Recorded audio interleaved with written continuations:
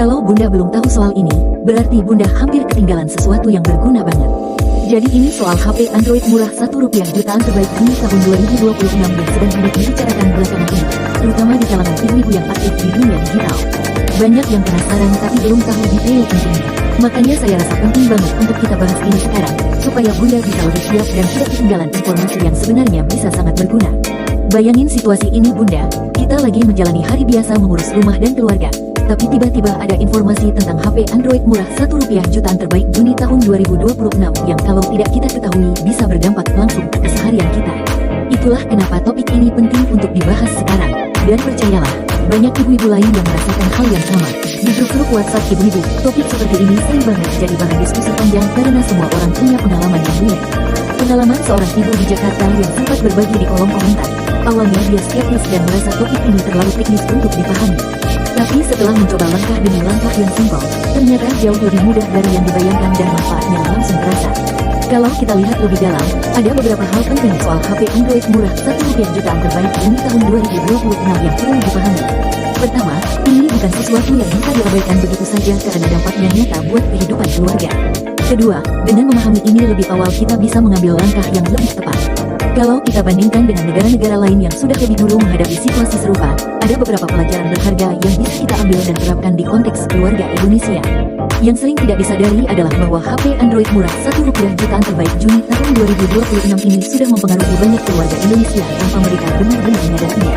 Inilah kenapa literasi digital itu penting, supaya kita tidak ketinggalan dan tidak menjadi korban dari hal-hal yang sebenarnya bisa diantisipasi. Menariknya, ibu-ibu yang aktif mengikuti perkembangan digital ini rata-rata melaporkan bahwa mereka merasa lebih percaya diri dalam mengambil keputusan, lebih efisien dalam mengelola waktu, dan lebih terhubung dengan komunitas yang suportif. Mungkin Bunda bertanya-tanya, apa yang harus dilakukan sekarang? Jawabannya sederhana, mulai dari memahami dulu, lalu ambil langkah kecil yang bisa langsung dipraktikkan. Jangan tunggu sampai ada masalah baru bertindak, karena lebih baik mencegah daripada mengatasi. Dan yang kedua, jangan sungkan untuk berbagi informasi ini ke sesama ibu-ibu di grup WhatsApp atau media sosial, karena semakin banyak yang tahu semakin baik. Pertanyaan lain yang sering masuk ke kolom komentar saya adalah soal apakah hal ini aman untuk anak-anak. Jawabannya tergantung bagaimana kita sebagai orang tua membimbing dan mengawasi penggunaannya. Dengan pendampingan yang tepat, sebagian besar teknologi baru justru bisa menjadi alat yang sangat bermanfaat untuk perkembangan anak. Dampaknya buat keluarga kita sangat nyata Bunda. Di era digital seperti sekarang, keputusan yang kita ambil soal teknologi dan informasi akan langsung berpengaruh ke keamanan, kenyamanan, dan kesejahteraan keluarga. Satu langkah yang tepat sekarang bisa mencegah banyak masalah di kemudian hari. Kalau kita tidak mengikuti perkembangan ini, risikonya bukan hanya ketinggalan informasi, tapi bisa berdampak nyata ke keamanan keluarga kita, ke efisiensi pengelolaan rumah tangga, dan bahkan ke peluang ekonomi yang bisa kita manfaatkan.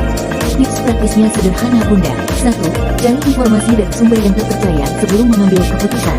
2. Diskusikan dengan pasangan atau anggota keluarga lain supaya semua orang di rumah memahami hal yang sama. 3. Mulai dengan langkah kecil yang bisa langsung dipraktikkan hari ini tanpa perlu menunggu kondisi sempurna. Nah itu dia pembahasan lengkap kita hari ini tentang HP Android murah Rp1 jutaan terbaik Juni tahun 2026. Semoga informasi ini bermanfaat dan bisa langsung dipraktikkan ya Bunda.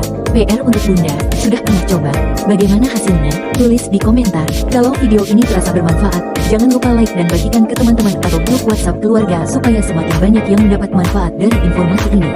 Subscribe juga ya biar Bunda tidak ketinggalan video-video berikutnya dari ibu-ibu digital. Sampai jumpa di video selanjutnya, Bunda.